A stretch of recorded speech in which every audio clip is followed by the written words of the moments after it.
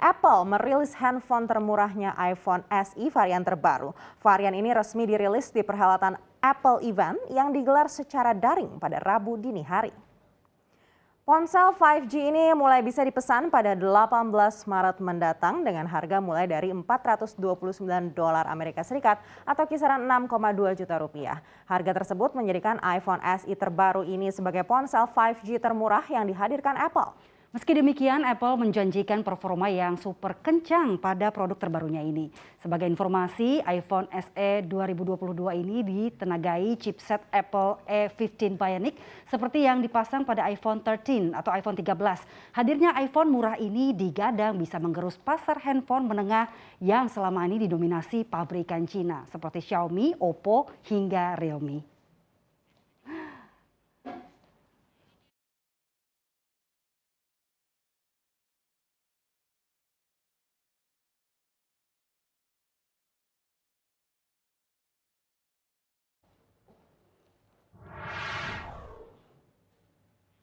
Ya, ini ada kabar baik sekaligus kita penasaran ya ada niatan apa ya iPhone buat barang murah.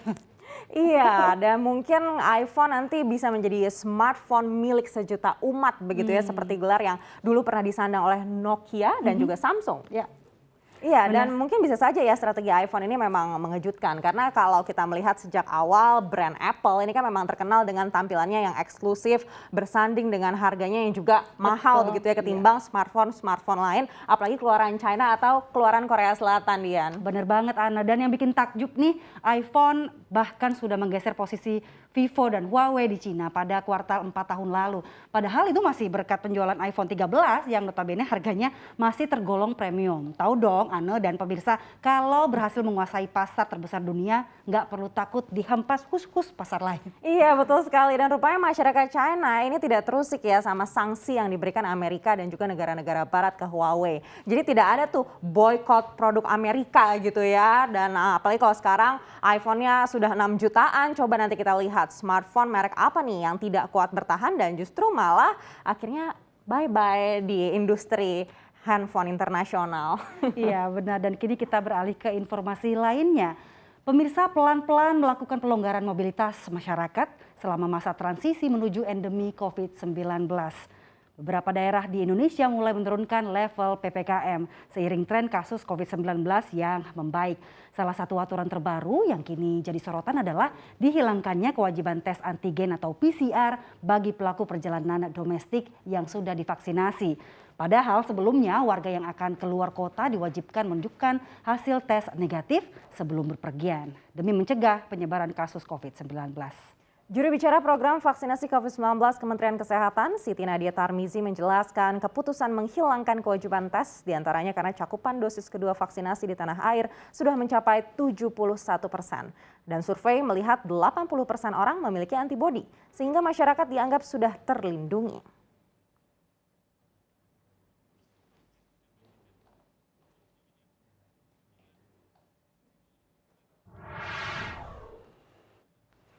Gimana kalau Dian, kamu sepakat tidak sih kalau kita sudah tidak perlu lagi menggunakan tes antigen dan juga PCR kalau untuk perjalanan domestik?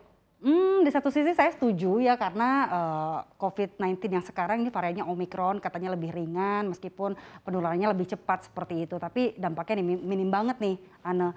Menyebabkan kematian ini juga berkurang jadi mirip flu biasa seperti itu. Kalau setiap mobile ke keluar kota harus tes keluar ratusan ribu rupiah, apa nggak lebih baik duitnya disimpan buat beli vitamin atau beli makanan lain gitu? Iya, saya sih berharap ada insentif vitamin ya selanjutnya.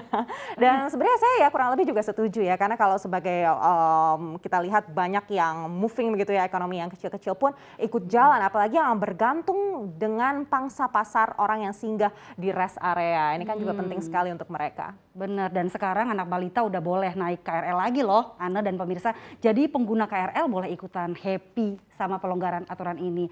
Tapi apa-apa longgar bukan berarti ya semena-mena juga, proporsi longgar juga. Betul, ini penting sekali ya, karena pasti masih sering lihat ya orang yang udah males pakai masker di tempat umum gitu. Padahal sebenarnya 2 tahun terakhir seharusnya ini sudah jadi waktu yang cukup untuk kita bisa beradaptasi dengan kebiasaan baru dengan menggunakan masker di tempat umum kalau memang diperlukan begitu ya dengan protokol kesehatan lainnya tentunya. Ya ini menarik sekali ya supaya kita harus bisa sama-sama berjuang apalagi menuju Idul Fitri nih ya supaya kita bisa merayakan Idul Fitri seperti dulu. Kita beralih ke informasi lainnya kali ini terkait dengan pemerintah Rusia nih yang kini punya blacklist. Rusia mengumumkan daftar lusinan negara dan wilayah yang dianggap tidak bersahabat dengan Kremlin dan juga warganya.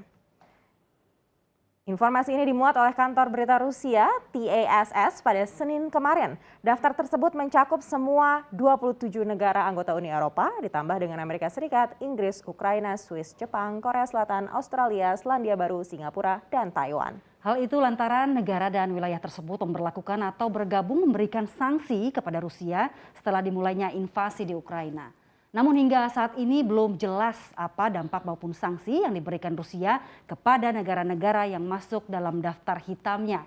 Setidaknya kantor berita Interfax melaporkan siapapun di Rusia yang ingin berurusan dengan negara-negara dalam daftar tersebut hanya dapat melakukannya dengan persetujuan pemerintah.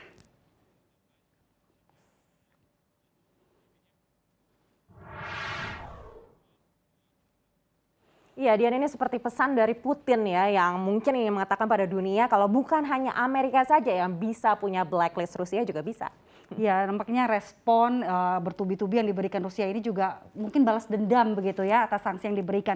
Kayaknya konflik ini juga semakin memburuk dan soalnya meski secara lokasi harusnya yang heboh cuma di Eropa Timur, tapi karena melibatkan aliansi negara barat dan kebetulan juga para penghasil migas global pun ikut gonjang-ganjing. Iya, Rusia nampaknya juga memantau ketat negara-negara mana yang sudah menjatuhkan sanksi dan yang mana yang memberikan dukungan besar ke Ukraina. Tapi kalau konflik dua negara sekarang jadi komoditas global ini seperti mengajak perang antar geng begitu ya. Jadi tergantung siapa di pihak siapa. Nah, apa kabar nih nanti KTT non-blok? Apakah memang sudah bubar? Saya juga penasaran ntar G20 seperti apa. Apa jangan-jangan jadi G19 nanti atau G18 malahan?